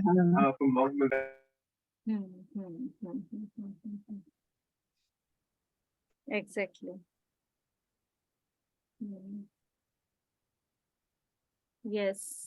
और रेखा गुप्ता जी, उषा जी, संतोष जी, लीना जी, जो भी अपना एक्सपीरियंस शेयर करना चाहते हैं कर सकते हैं। थैंक यू मैम, मेडिटेशन बहुत अच्छा हुआ और बुक भी बहुत अच्छी हुई। हृदय से थैंक यू है दोनों मैम को और पूरे ग्रुप को। Thank you. मेडिटेशन बहुत मीन्स मूलाधार में और पूरी बॉडी के सभी चक्रास में वाइब्रेशन बहुत हो रही थी आज। सही। Thank you so much. Thank you. हाँ जी उषा जी, कल आपका कैसे रहा? बाद में वो पेन कम हुआ? हाँ जी मैम, 1 घंटे के बाद अपने आप ठीक हो गया था। नहीं होता 1-2 घंटे वेट करूंगी, आराम हो गया तो आधा घंटे बाद कम होना शुरू हो गया। उस टाइम तो बहुत ज्यादा था ध्यान के टाइम पर। होगा काम हुआ है जहाँ पर, वहां होगा जहाँ पे वो ओपन हुई है, वो चीजें ओपन हुई है, तो होगा ना पेन, तो क्योंकि वो इतने टाइम से बंद था। कल कुछ मतलब ज्यादा ही फील हो रहा था, नहीं तो वाइब्रेट बहुत बार होता रहा। कल तो कुछ ऐसा हो रहा था कि सहन नहीं हो रहा। जब उसका प्रोसीजर पूछा था मैंने, अगला फिर क्या कोई बात करूंगी, नहीं, पूछना लेकिन चाहिए, जरूरत नहीं ठीक है। पड़ी। हाँ, जरूरत 1 पड़ेगी भी घंटे के नहीं, बाद मैंने ठीक आपको हो गया। बोल दी। मैंने आपको बोला ही था कि हो जाएगा बिल्कुल ठीक। हाँ जी मैम, हाँ 1 घंटे जी। के बाद ठीक हो गया था। आज का भी स्वाध्याय भी बहुत इंटरेस्टिंग, शुरू से ही इंटरेस्ट आ गया इसमें, बहुत अच्छा है। और मेडिटेशन तो होता ही है मैम, बहुत अच्छा है। Thank you ma'am, thank you Sangeeta ma'am को, बहुत अच्छा समझाया और पढ़ा, और आपने मेडिटेशन करवाए। जो लाइन पे लगाए हम, इसके लिए बहुत बहुत ग्रेटफुल। थैंक यू, धन्यवाद मैम। हाँ जी लीना मैम, सही क्या जगह बदल लिया आपने अपनी? हाँ जी, आत्मनंदन मैम। आत्मानंदन। हाँ जी, ध्यान तो आधा ही किया, ज्यादा नहीं किया, बस सुना ही है, ध्यान भी सुना ही है आज तो। पर बुक अच्छी थी। पढ़ी हुई है, मेरे बेटे से मैं पूछ रही थी, वो हम्म, कह रहा था मैंने पढ़ी हुई है मम्मी, कह रहा था अच्छा है, सुनो पढ़ो पढ़ो पढ़ो। आज तो उसने भी मेडिटेशन की मेरे को देख के काफी देर, बेटे ने भी। वाह, बहुत हाँ, अच्छी। देखता है ना ऊर्जाएं रात। ऐसे ही बढ़ेंगी यहाँ पे, जहाँ आप हो बिल्कुल। वहाँ आपको ऊर्जाएं बढ़ाने के लिए भेजा गया, तो ऊर्जाएं ऐसे ही बढ़ेंगी। आज उसने की है, वैसे तो पहले कभी करता होता था, मेरे को तो पता नहीं था करता है कि नहीं, पर आज तो मेरे सामने आधा घंटा बैठा है, अच्छे से बैठा है। बहुत अच्छा, बहुत अच्छा अच्छा। चलो बढ़िया। हम्म। बाकी बुक अच्छी लगी, इंटरेस्ट बन जाएगा लगता है शुरू से ही। बन गया। उसने मेरे को पूरी स्टोरी सुनाई दी 1 मिनट में, मैंने कहा मन ये वाली बुक शुरू करी है। अच्छा कहता है ठीक है, मॉन्क वाली सुनने पड़ी हुई है मैंने। कहता है पढ़ो अच्छी है, सुन लो। बढ़िया है, बच्चों ने तो सारा कुछ पढ़ा होता है, इनको सब पता होता है। बिल्कुल। और आपका बेटा ठीक है? बेटा ठीक है आपका? बात होती रहती है? हाँ, बात तो हो ही जाती है। चलो, अभी तो बढ़िया। जॉब ढूंढ रहा है, अब जॉब के उसमें चल चुका है, आगे बढ़ अच्छा, चुका है। अभी हाँ। मिली नहीं जॉब उसको? यहाँ आके मिली नहीं नहीं जॉब? नहीं, वो वाली तो कर रहा है जो अच्छा आगे। आफ्टर आगे एमएस हो। जो करनी है, वो वाली जो, वो तो एक ठीक है। टाइम पास जॉब है, हम्म, गेस्ट जो मिल जाएगी, कह लो, मिल टाइम जाएगी, पास जो। मिल जाएगी, कोई ऐसी बात नहीं, काम तो करने वाला होना अब चाहिए यहाँ उसके काम तो। लिए हाँ, अब उसके लिए ही शुरुआत हो चुकी है, बस अब देखते हैं आगे का क्या होता 6 महीने हो गए उसको? है। 6 महीने हो गए? हम्म, अच्छा। सितंबर में गया टाइम था ना। टाइम बीतते पता ही नहीं चलता, 6 महीने ऐसे कल हम्म। की बात आ जाए। चलो सितंबर, बढ़िया। अक्टूबर, नवंबर, दिसंबर, जनवरी, फरवरी, मार्च, मार्च अप्रैल, अब अप्रैल, मई आ गया, अब मई आ गया। 7 सितंबर में गया था। अच्छा, लगता नहीं ऐसे कल की बात लग रही है, आप कह रहे थे जाना है उसने। चलो हो गया, बढ़िया। सेट हो गया। अभी वैसे तो बस वही है कि वहां थोड़ा सा अभी टाइम पीरियड थोड़ा ऐसा चल रहा है ना, तो न्यू को थोड़ा स्ट्रगल ज्यादा करना पड़ रहा है। जो सेटल्ड है, न्यू को थोड़ा स्ट्रगल करना पड़ रहा है, क्योंकि वहां थोड़ी सी अभी नहीं मैम, स्ट्रगल तो यहाँ थ्रू आउट लाइफ ही करना पड़ता है, क्योंकि महंगाई बहुत है, बहुत महंगा है। क्योंकि मैं तो अब देख रही हूँ ना, महंगा बहुत है, हर चीज बहुत महंगी। अब वहीं ज्यादा है मैम, वहीं ज्यादा है, और अब हुआ है, पहले नहीं था। जितनी कमाई है ना, खर्चे भी उतने ही है। बिल्कुल। हाँ 100 रुपए का जी। एक प्याज आना है, तो हम लोग तो कहते हैं ना, ये 100 रुपए के किलो प्याज, हम तो 30 रुपए के किलो ले लेते हैं। तब हमें लगता है कि अरे बड़ा महंगा है यहाँ तो। एक ब्रेड बहुत आनी है। है, 130 रुपए की ब्रेड आनी है, हमने लेनी है 30 रुपए की। वहाँ ये है, फर्क फिर वो होता है, ये फर्क। सारा वही अर्निंग के अकॉर्डिंग ही चला जाता है, जैसी अर्निंग होती है वैसा ही चला जाता है। बिल्कुल। पर हर चीज में टेस्ट बहुत अच्छा है, इंडिया वाला टेस्ट नहीं है किसी चीज में, चीजें वही है, पर यहाँ की चीजों का टेस्ट इतना अच्छा है ना। ब्रिटिशर्स ने यही किया है कि वो इंडिया की क्वालिटी को बिगाड़ के गए हैं।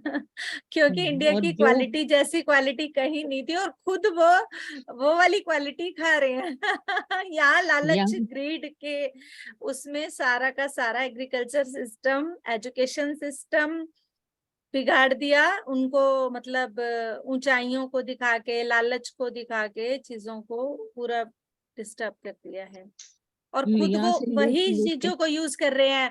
वही आध्यात्मिकता, मंत्रा, मेडिटेशन, योगा, सब कुछ कर रहे हैं वो, ऑर्गेनिक फार्मिंग, बट पूरा का पूरा सिस्टम बिगाड़ दिया इंडिया का। जो वहाँ की बेस्ट चीज है वही यहाँ पे आ रही है, मेड इन इंडिया, हर चीज पे made in India, made in India, made in China लिखा होता है हर चीज पे। हेलो। चलो हाँ, सेशन ठीक हो रहा है है, जी। बस मैं 5 मिनट में होने वाली हूँ, तो अभी करती हूँ। हाँ जी, रेखा जी हो गया, संतोष जी, उषा जी कुछ कहना चाहते हैं क्या?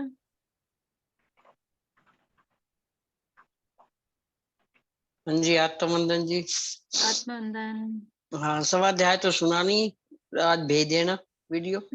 फोन आ हाँ, गए आज थे का बीच में। वीडियो अपलोड हो जाएगा। हाँ जी, हाँ, आज का फोन आ वीडियो। गए थे, बाकी एंड तो सुन लिया था, एंड के हिसाब से तो लग रहा था अपने ऊपर ही है सारा। हाँ क्वेश्चन स्टोरी है। आंसर मिल रहे हैं सारे हाँ बिल्कुल क्वेश्चनों के। बिल्कुल। हाँ, बाकी ध्यान भी अच्छा था। थैंक यू हाँ दोनों का। Thank you. Thank you Sangeeta okay madam. जी। Thank you ma'am. Okay thank you Sangeeta. Thank you so much to all of you. Thank you, ma'am. Thank you so much. I love you.